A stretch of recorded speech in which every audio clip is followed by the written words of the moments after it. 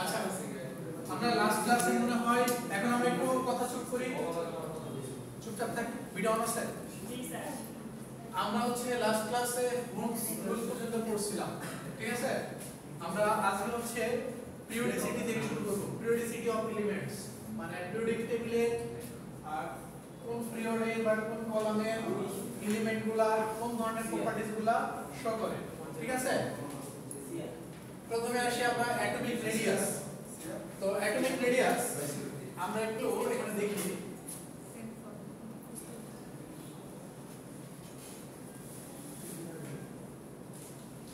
আমরা ভিডিও অনার্সে বলে সুন্দর সুন্দর ভুল হয়েছে। আচ্ছা, তো এখন আমরা তো নরমালি জানি যে এটা হচ্ছে নিউক্লিয়াস একটা অ্যাটমের। এখন অ্যাটমিক রেডিয়াস বলতে বোঝানো হচ্ছে এই নিউক্লিয়াস থেকে লাস্ট যে ইলেকট্রন শেলটা থাকবে এটা বলে শেল, এই শেলের যে ডিসটেন্স এটাকে বলা হয় অ্যাটমিক রেডিয়াস। ঠিক সিমিলারলি যখন একটা বৃত্ত কি সার্কেলের সেন্টার থেকে এই পর্যন্ত সার্কামফারেন্স যেটা থাকে সেটাকে বলা হয় রেডিয়াস। আর এটা হচ্ছে একটা অ্যাটমের রেডিয়াস, এটাকে বলা হয় অ্যাটমিক রেডিয়াস। এখন কথা হচ্ছে স্যার অ্যাটমিক রেডিয়াস অবশ্যই দূরত্বের একটা ব্যাপার আছে, তো এটা মাপে কি দিয়ে স্যার? অবশ্যই লেন্থ, তার মানে metre, centimetre, kilometre, mile, picometre, মানে এটা এতই ছোট যে আমরা এটাকে পিকোমিটারে অ্যানালাইসিস করি বা আমরা মেজার করি। এখন বলি স্যার পিকোমিটারটা কি জিনিস? স্যার পিকোমিটার আমরা নামটা মনে শুনছি, মিলিমিটার নাম শুনছি, মিলিমিটার, সেন্টিমিটার, মাইক্রোমিটার, ন্যানোমিটার, এরপর মানে অ্যারগোস্ট্রামটা একটু পরিচিত আমরা, জি স্যার। তাই না? এরপরে কি আর কিছু পরিচিত না? আমরা পরিচিত একটু হই। এটা হচ্ছে 1 picometer is equals to 1 into 10 to the power minus 12 picometer, pm, post meridian, picometer, ওকে? মনে থাকবে? আর ওইখানে দেওয়া আছে যে ন্যানোমিটারটা দেওয়া আছে মনে হয়, হ্যাঁ এটা একটু ভুল আছে স্লাইড, 10 to the 9 না, 10 to the 9 এটা হচ্ছে ন্যানোমিটার, এটা হচ্ছে ন্যানোমিটার, এটা picometre, 10 to the minus 12 slide একটু ভুল আছে, সরি। আর অ্যারগোস্ট্রাম হচ্ছে 10 to the power minus 10, ঠিক আছে? ওকে, তারপরে আমরা চলে আসি এখন যে আলটিমেটলি এখানে কি বোঝাচ্ছে? এখানে বোঝাচ্ছে বলের মতো দেখা যাচ্ছে আস্তে আস্তে বড় হচ্ছে, আস্তে আস্তে ছোট হচ্ছে, এরকম। তো এখন কথা হচ্ছে অ্যাটমিক রেডিয়াস যত আমরা যদি একটা কলাম বরাবর চিন্তা করি, সেই কলামের যত আস্তে আস্তে নিচের দিকে যাব তত তার অ্যাটমিক রেডিয়াস বাড়তে থাকবে, ইনক্রিজ হবে। আবার সিমিলারলি আমরা যত লেফট টু রাইটের দিকে যাব একটা পিরিয়ড বরাবর, তখন দেখা যাবে আস্তে আস্তে ছোট হবে।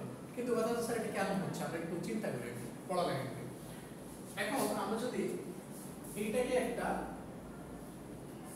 এলিমেন্ট চিন্তা করি, হ্যাঁ এখানে কলাম আছে কয়টা?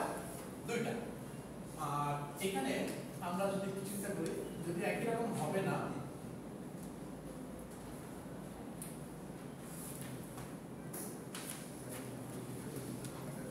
আচ্ছা তো এখন আমরা এখানে দেখতেছি যে এই সেন্টার থেকে মানে নিউক্লিয়াস থেকে লাস্ট শেলের ডিসটেন্স এটা হচ্ছে রেডিয়াস।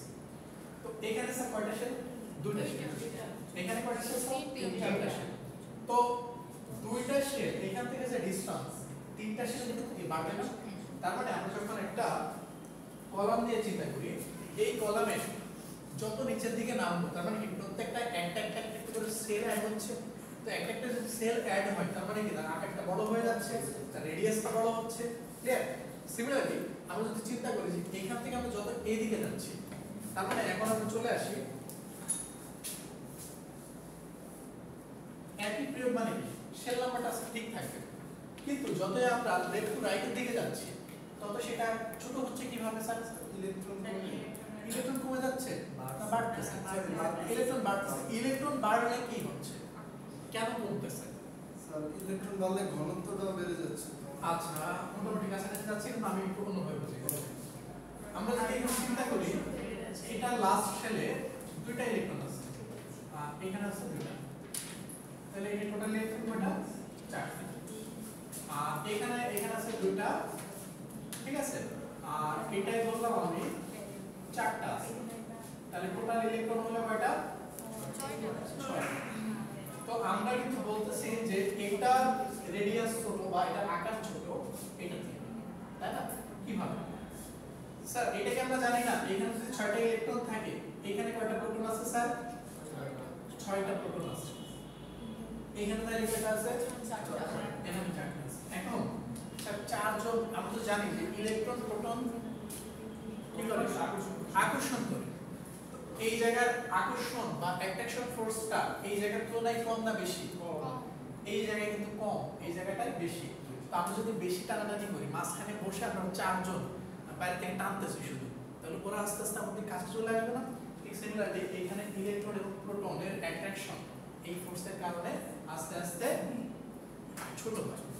আমরা এইটুকু তো জানি যে এখানে আমরা একটা পিরিয়ডের যত এদিকে আসবে একটা একটা একটা একটা করে ইলেকট্রন অ্যাড হবে এবং একটা একটা ইলেকট্রনের সাথে একটা একটা প্রোটনে অ্যাড হবে। তার মানে কি আস্তে আস্তে গ্র্যাজুয়ালি সেটা কি ডিক্রিজ করবে? কি আসছে? আচ্ছা ক্লিয়ার? অ্যাটমিক রেডিয়াস নিয়ে কারো কোনো কোশ্চেন আছে? না স্যার, তাহলে আরেকটু কঠিনের দিকে যাই। এখন আমরা যদি একটু চিন্তা করি স্যার, অ্যানায়ন নিয়ে একটু চিন্তা করি বা ক্যাটায়ন নিয়ে আমরা একটু চিন্তা করি।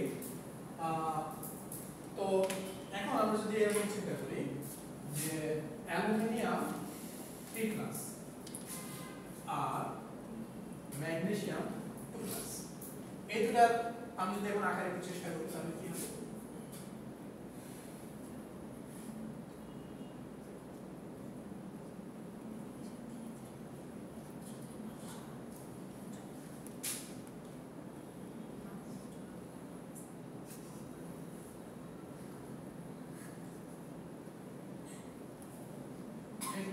গোল হয় না, একজন আশা হচ্ছে না। আচ্ছা দুটাই কি সেম? এখন স্যার এইটা অ্যাটমিক রেডিয়াস ছোট নাকি এটা ছোট? এটা ছোট, সেমই এটা ছোট। সেমই তো কিভাবে স্যার? তিনটা ইলেকট্রন নাম্বার তো সেম আছে স্যার। স্যার প্রোটন এটা কয়টা আছে? এটা আছে কিন্তু 12টা। এটা আছে কয়টা? 13টা। এবার অনেকটা কাছাকাছি চলে যাব আমরা স্যার। এবার প্রোটন 10টা ইলেকট্রন আছে। হ্যাঁ, যার কারণে এইটা বেশি ছোট হবে, এটা কম ছোট, কম হবে একটু। কারণ এই জায়গায় স্যার 12টা প্রোটন 10টাকে টানতেছে আর এখানে 13টা প্রোটন 10টাকে টানতেছে। তাহলে আকর্ষণ বা অ্যাট্রাকশন ফোর্সটা কোথায় বেশি হবে? এখানে বেশি হবে, তার মানে কি এই বেশি ছোট হবে। এর তুলনায় তার মানে কি আমরা বলতে পারি? সরি, ঠিক আছে? মনে থাকবে? পরীক্ষা আসলে পারা যাবে? স্যার এটাই দিই। আসবে বলি নাই, বললাম আসলে পারা যাবে। আচ্ছা তারপর আমরা চলে যাই ionisation energy. Sir ionisation energy কি জিনিস? আয়নীকরণ শক্তি। আয়নীকরণ শক্তি। আচ্ছা ঠিক আছে, আয়নীকরণ শক্তি। তার মানে আয়নীকরণ, বশীকরণ, বশ করা। তাহলে আয়নীকরণ মানে কি? আয়নে কনভার্ট করা। সোজা आंसर। তার মানে আয়নে কনভার্ট করতে আমার যে এনার্জি দরকার হয় সেটাকে বলা হয় আয়নাইজেশন এনার্জি। এখন আয়ন আমরা দুই ভাবে কনভার্ট করতে পারি। একটা হচ্ছে পজিটিভ, এটা হচ্ছে ক্যাটায়ন, আর একটা হচ্ছে নেগেটিভ বা অ্যানায়ন। কিভাবে করতে পারি স্যার? সোডিয়াম, সোডিয়ামের লাস্ট শেলে একটা ইলেকট্রন আছে, ওই একটাকে সরাই ফেললে ওটা কি প্লাস হয়ে যাবে, মানে আয়নে কনভার্ট হবে, সোডিয়াম পজিটিভ। আবার সিমিলারলি আমরা ক্লোরিনের কথা চিন্তা করি, ক্লোরিন হচ্ছে একটা দরকার আছে, একটা আসলো, আসতে একটা এনার্জি দরকার হবে, তাই না? তো এই যে মানে একটা নরমাল অ্যাটম অর এলিমেন্ট থেকে আমার যখন একটা অ্যানায়ন অর ক্যাটায়নের রিপ্রেজেন্ট মানে ট্রান্সফার করব, এটার জন্য আমার যে এনার্জিটুকু দরকার হবে সেটাকে বলা হবে আয়নাইজেশন এনার্জি। ক্লিয়ার? আর হচ্ছে দিকে এটাই বলছে যে আয়নাইজেশন দুই রকম হতে পারে, একটা হচ্ছে পজিটিভ আর একটা হচ্ছে নেগেটিভ। ইলেকট্রন যখন লস করবে তখন সেটা হচ্ছে পজিটিভ চার্জ হবে, গেইন করলে নেগেটিভ চার্জ হবে। আচ্ছা এবার চলে আসি আমরা একটু পিরিয়ডিক টেবিল। কার বেশি কার কম? আমরা তো এখানে দেখতে পাচ্ছি যে আমরা যত উপর দিক থেকে নিচের দিকে যাব তত ডিক্রিজ করবে, আবার এদিক থেকে এদিকে গেলে ইনক্রিজ করবে। ঠিক আছে? আচ্ছা এটা দেখো কিভাবে মানে বুঝবো কিভাবে স্যার? রেডিয়াস হ্যাঁ রেডিয়াস। তো আমরা যদি একটু চিন্তা করি, যার আকার ছোট, এটা আকার ছোট, কার তুলনায় এটা তুলনায়, তো নিউক্লিয়াসের সাথে লাস্ট শেলের বন্ডিং বা অ্যাট্রাকশন কার বেশি? এটা বেশি, এটার তুলনায়, তাই না?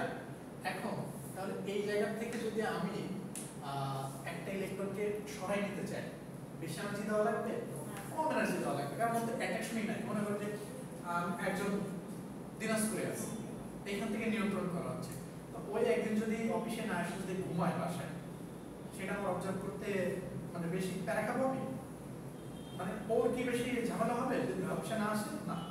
কিন্তু এটা হচ্ছে মেইন অফিস, হোটেল সারিন হচ্ছে ব্রাঞ্চ। আমি কিন্তু এখান থেকে দেখে আসতে পারবো যে আসছে, ঠিক আছে। এই জন্য যত আকার ছোট হবে, রেডিয়াস যত ছোট হবে, তার আয়নাইজেশন এনার্জি তত বেশি। ক্লিয়ার? সিমিলারলি আমরা যখন এদিক থেকে এদিকে যাচ্ছি, আমরা কি বললাম যে আকারটা ছোট হবে, আকার যত ছোট হবে তত নিউক্লিয়াসের দিকে চেপে আসবে লাস্ট শেলের ইলেকট্রন। এই জন্য সেখান থেকে মানে ডোনেট করা বা গ্রহণ করা যাই করি না, সেটার জন্য আমার এনার্জির পরিমাণ বেশি লাগবে। এই জন্য তার আয়নাইজেশন এনার্জি অনেক বেশি। আর এই আয়নাইজেশন এনার্জি সবসময়ের জন্য এক্সোথার্মিক হয়। কি থার্মিক হয়? এক্সোথার্মিক। বাংলা নাম হচ্ছে তাপ উৎপাদন।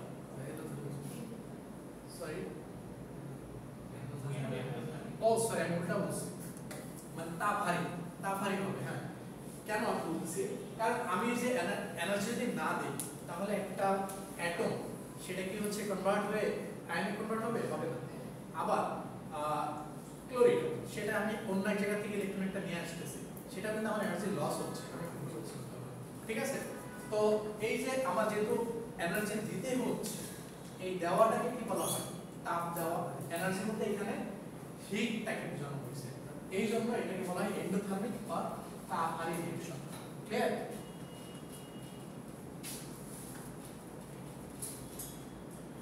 ইলেকট্রন অ্যাফিনিটি, ইলেকট্রনের প্রতি আসক্তি, ঠিক আছে। তার মানে কোনো কিছুর প্রতি আসক্তি যেমন থাকলে তাকে সেই ধরনের আসক্তি বলে। ভালো আসক্তি থাকতে পারে, খারাপ আসক্তি থাকতে পারে। তো এই জায়গায় আমরা আপাতত ইলেকট্রনের নিয়ে চিন্তা করি, ঠিক আছে। এই ইলেকট্রন অ্যাফিনিটি বলতে বোঝানো হচ্ছে যে ইলেকট্রনের প্রতি আকর্ষণ যার বেশি, তার ইলেকট্রন অ্যাফিনিটি অনেক বেশি, ঠিক আছে। ইলেকট্রনের প্রতি অ্যাফিনিটি কাদের বেশি থাকে?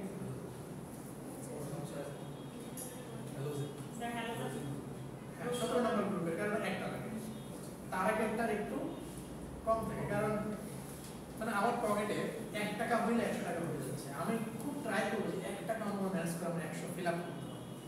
যে 2 টাকা কম আছে একটু চিন্তা করবে, না আমার তো এখন 2 টাকা লাগবে, 1 টাকা অ্যারেঞ্জ করে তারপর আরেক টাকা অ্যারেঞ্জ করতে হবে। তো এরকম যদি আমরা চিন্তা করি, তো এই জায়গাটায় আমরা যদি চিন্তা করি, যতই লেফট টু রাইটের দিকে যাব, ততই সেটা হচ্ছে ইলেকট্রন অ্যাফিনিটিটা বাড়তে থাকবে। সিমিলারলি আমরা যতই নিচ দিক থেকে উপরের দিকে উঠবো, তত সেটা ইলেকট্রন অ্যাফিনিটি বাড়তে থাকবে। কারণ কি? নিচ থেকে উপরে, এটা রেডিয়াস দিয়ে কিন্তু ব্যাখ্যা করা যায়, ঠিক আছে। ব্যাখ্যা করবো নাকি? না, বোঝা গেছে? বুঝে গেছি। আচ্ছা, এটা হচ্ছে এক্সোথার্মিক হইতে পারে, এন্ডোথার্মিক হইতে পারে। এটা but not always wait. Sorry কোনটা কোনটা? But not always. আচ্ছা, usually এটা হচ্ছে কি, where addition energy is endothermic, electron affinity is usually exothermic. Exothermic মানে তাপ উৎপন্ন করে। তো যখন ইলেকট্রনের প্রতি আমি আকর্ষণ দেখাবো, ইলেকট্রন তার এমনি আসবে না, আমার তো কিছু দেখানো লাগবে। এমনি দিকেও কি আর আমার কাছে আসবে? আসবে না, আমার কিছু শো করা লাগবে। তো আমি যখন দেখাবো যে না আমার এনার্জি অনেক বেশি আছে, আমার কাছে আসো, আমি শো করতেছি আমার এনার্জি আছে, এই জন্য বলা হচ্ছে এক্সোথার্মিক। কিন্তু এটা সবসময়ের জন্য আমি বলবো না, কিছু কিছু ক্ষেত্রে ব্যতিক্রম আছে, ঠিক আছে। যেমন ইলেকট্রোনেগেটিভিটি আমরা নরমালি জানি ক্লোরিনের সবথেকে বেশি হবে গেলে, কিন্তু ছোট্ট একটা কারণে কি এটার বেশি, তার থেকে এটা, তারপরে আবার সবকিছু ঠিকঠাক আছে। এরকম ব্যতিক্রম দু এক জায়গা থাকে, এই জন্য বলছেন বাট নট অলওয়েজ, সবসময়ের জন্য যে এটাই ঠিক হবে এমন কিছু না। আচ্ছা, ইলেকট্রোনেগেটিভিটি বলতে বলতে চলে আসলাম। ইলেকট্রোনেগেটিভিটি আমরা একটু ব্যাখ্যাটা একটু করার চেষ্টা করি। তো HCl এর বই আছে, HCl লাস্ট শেলে এর একটা ইলেকট্রন ছিল আর এর হচ্ছে 7টা ইলেকট্রন ছিল, নাকি ভুল বলতেছি? ঠিক আছে। তো এখান থেকে এটা বলে এটা বন্ড ফর্ম করছিল স্যার। এখন বন্ড ফর্ম করলে শক্তির একটা ব্যাপার থাকে বা ইলেকট্রনের প্রতি আকর্ষণ বল একটা, আমি একটাকে দেখালাম না যে ওই দিকে যারা বেশি থাকবে, ওই দিকে যাদের পজিশন থাকবে 17 দিকে এবং নিচ থেকে উপরের দিকে, তাদের ইলেকট্রনের অ্যাফিনিটিটা কি বেশি। অ্যাফিনিটি বেশি থাকা মানে কি, এই ইলেকট্রনটাকে সে নিজের দিকে টান দিতে চাইবে, তাই না? কারণ এটা তো অনেক বেশি আর এই পাশের দিকে অবস্থান করছে। তো দেখা যায় এই যখন বন্ড ফর্ম করে, কোভ্যালেন্ট বন্ড ফর্ম করে, তখন এই শেয়ারকৃত ইলেকট্রন নিজের দিকে টেনে আনার যে প্রবণতা বা যে ঘটনাটা বা যে ফেনোমেনন, সেটাকে বলা হয় ইলেকট্রোনেগেটিভিটি। ঠিক আছে? এখন কি করে, সে নিজের দিকে টেনে নিয়ে যায়, টেনে নিয়ে যেয়ে তখন দেখা যায় যে এরকম দুটো ইলেকট্রন এখানে চলে আসলো,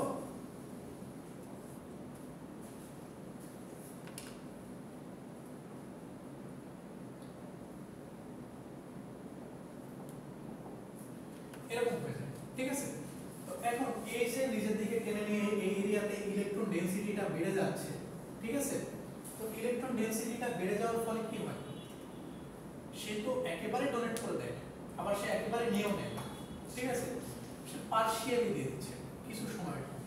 তাহলে এটা কি হচ্ছে, দিয়ে দিলে কি পজিটিভ হয় না, আংশিক, আর এটা হচ্ছে ডেল্টা নেগেটিভ। ঠিক আছে? এবং এই জন্যই কিন্তু কিছু কিছু কোভ্যালেন্ট বন্ড কি আয়নিক বন্ড না হয়েও সলিবিলিটি আছে, তাদের হচ্ছে কি আছে, মানে আয়ন শো করে, এজন্য তাদের সলিবিলিটি আছে, তাদের রিঅ্যাক্টিভিটিটা একটু বেড়ে যায়। ঠিক আছে?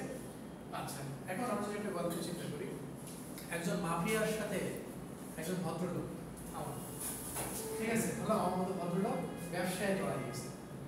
তো সেও 50 টাকা দিছিল, গরিব মানুষ তো অল্প দিচ্ছে, মানে ইনভেস্টমেন্ট কম, 50 টাকা হ্যাঁ হয়ে গেছে কোনো না কোনো ভাবে জানি। ঠিক আছে? আচ্ছা, এখন আমরা চিন্তা করি, আমার 50 টাকা দিছি, সেও 50 টাকা দিছে, দিয়ে লাভ হয়েছে হচ্ছে বললাম 50 টাকা, তাহলে এই হিসাব অনুযায়ী 25 টাকা করে পাওয়ার কথা, কিন্তু মাফিয়া কি টান দিছে। ঠিক আছে? আমার 5 টাকা দিছে, কোনো রকম দিছে, এই যা দিছে এটাই, আর বাকি দেখা দিচ্ছে 45 টাকা সে খেয়ে দিছে। কিন্তু এর মানে এই না যে একেবারে তার সাথে আমার ব্যবসায়িক লেনদেন শেষ হয়ে গেছে, ক্ষণিকের জন্য আমি হয়তো ছেড়ে দিলাম, কিন্তু আমিও যে সামনে এটা করবো না, বা আমার জায়গায় যদি আরেকজন এনে বসাই ওই রকম, তাহলে সে যে ভুলটা তার থেকে বড় মাফিয়া যদি আমি এনে বসাই জায়গাটায়, তাহলে তখন কি সে তারটা কাম। ঠিক আছে? এইভাবে চেঞ্জ হয় স্ট্রাকচার। আচ্ছা, তারপরে আমরা একটু অন্য কিছুতে যাই। এবার ইলেকট্রোনেগেটিভিটির দিক থেকে আমরা এখানে একটা ব্যতিক্রম আছে, সেটা নিয়ে একটু পড়ালেখা করব। এখানে আমরা নরমালি জানি যে লেফট টু রাইটে গেলে এটা হচ্ছে বাড়ে, কারণ আয়নাইজেশন এনার্জির সাথে এটা কানেক্টিভিটি আছে আর কি। তো যার কারণে এই দিকে গেলে বাড়ে এবং এই দিকে গেলে আস্তে আস্তে করে কমে, নিচের দিকে গেলে। ব্যতিক্রম আছে এই ফ্লোরিন আর ক্লোরিন। নরমালি ফ্লোরিনের বেশি হওয়ার কথা ছিল, কিন্তু এর একটু বেশি হয়ে গেছে। কেন? ঠিক আছে? কারণ হচ্ছে, আমি যদি ছোট্ট একটা উদাহরণ দিই, এখানে দুইজনের বাসা, ধরলাম ইনার বাসা আর ইনার বাসা। ইনার বাসায়ও 7 জন লোক থাকে, ইনার বাসায় 7 জন লোক থাকে। ঠিক আছে? এখন আমি যাবো দুজনের বাসায় বান্ধব ধরে নিলাম, এখন আমি এখানে ঘুরতে যাবো। এখন ইনিও বলতেছে স্যার আপনি আমার বাসায় আসছেন, উনিও বলছে স্যার আপনি আমার বাসায় আসছেন। আমি কার বাসায় যাবো? দুইজনের বাসায় হচ্ছে 7 জন করে মেম্বার আছে। ঠিক আছে? কিন্তু ইনার বাসায় হচ্ছে 3টা রুম, ওনার বাসায় হচ্ছে 2টা রুম। আমি কার বাসায় যাবো? ওনার বাসায় যাবো। ঠিক আছে? ঠিক তেমনি ইলেকট্রন যখন এখানে আসতে চাইবে, এই আশাটার উপরে তো ডিপেন্ড করবে, তাই না? ইলেকট্রন অ্যাফিনিটি, বা তারপরেই না হচ্ছে ইলেকট্রোনেগেটিভিটির কথা আসবে। তখন এখান থেকে বাইরে থেকে এসে এর কাছে যাবে না, এর কাছে যাবে, তখন হচ্ছে জাস্ট ইলেকট্রন ডেনসিটি বা স্পেস, এই জন্য হচ্ছে ক্লোরিনের একটু বেশি, অনেক বেশি এরকম না, একটু বেশি, 0.1 or 0.15 এরকম বেশি, কম বেশি। ঠিক আছে? তো বোঝা গেছে এটা যে কেন ইলেকট্রন ডেনসিটি, কারণ এইটা ইলেকট্রন ডেনসিটিটা একটু বেশি, এটা ইলেকট্রন ডেনসিটিটা একটু কম তুলনামূলকভাবে। এই জন্য বাইরে থেকে যখন একটা ইলেকট্রন আসবে, তখন এই কম ডেনসিটির ইলেকট্রনের দিকে ঝুঁকে যায়। তাহলে বান্দরবন কি অবশ্যই, যদি বান্দরবন বাসা থাকে তাহলে ওদের বাসায় যাবো। ঠিক আছে? মনে থাকবে? আচ্ছা, এরপরে আমরা চলে যাই পরের স্লাইডে। স্যার রিয়েল লাইফে কি এর সত্যি আপনি রুম দেখতে পাচ্ছেন? আমি তো যাই। আচ্ছা, তারপরে চলে আসে আমরা স্যার আইএমপিডিএস। এই যে আমি প্রথমে একটা কথা বলছিলাম, আমি এটা অলরেডি পড়াই ফেলছি, অ্যানোড বা ক্যাটাগরি, কোনটার আকার ছোট কোনটার আকার বড়। কোনটার আকার বড় স্যার ওই যে দুইটা পাইপ দিয়ে আমি দেখাইলাম। তাহলে আমি যদি এখন একটু চিন্তা করি যে এই দুটার মধ্যে কোনটার আকার বড় কোনটার আকার ছোট, আমার একটু এক্সপ্লেইন করে বোঝাইতে পারবেন কেউ? Calcium 2 plus calcium 4 plus. Sir এই দুটার মধ্যে কোনটার আকার বড় ছোট আমার একটু বলতো সবাই। ক্যালসিয়াম এর বড়, ক্যালসিয়াম এর ছোট। কেন? ক্যালসিয়াম এর বড় সেটা তো আমি বলছি বিপদন অনেক বেশি, কিন্তু এর অন্য কারণ আছে। ওই হিসেব বেশি। মানে এরকম যদি হয় যে দুটো দুই পিরিয়ডে, একটা কিন্তু হচ্ছে 3 আর একটা 4 এর, চিন্তা করার দরকার নেই। এটা একটা নিচে নেমে গেছে মানে ধরো একটা শেল অ্যাটম আছে, তার মানে কি ক্যালসিয়াম এখানে বড় আর হচ্ছে ম্যাগনেসিয়াম ছোট। কিন্তু আমি যখন সেম পিরিয়ডের কথা চিন্তা করব, আমি যদি এখানে যদি সোডিয়ামের কথা চিন্তা করি, সোডিয়াম তাহলে কি, তাহলে তখন আমি চিন্তা করব প্রোটন নাম্বার কার কয়টা আছে। প্রোটন আছে এর হচ্ছে 11টা, এর হচ্ছে 12টা। তাহলে কার বেশি? এটা বড় এটা ছোট, তাই না? ক্লিয়ার? মনে থাকবে? পারা যাবে পরীক্ষা দিলে? আচ্ছা ঠিক আছে। এখানে আজকে কি বলছে? আমার কথা বলছে এই পিছনে গুনগুন করে কথা হচ্ছে। আচ্ছা এখানে অনেক কিছু আছে যে এত স্যার এখানে অনেক কিছু আছে যে 190 পিএম পিকোমিটার, 115 পিকোমিটার, এই এত কিছু মুখস্থ করার দরকার নাই, কারণ আমি সিকিউ কোনো কোশ্চেন করবো না, ইন্টারনেট দুটো মুখস্থ করে রাখতে হবে। স্যার কারো কোনো কোশ্চেন আছে? স্যার জি স্যার। কি করছেন? পৃথিবীটা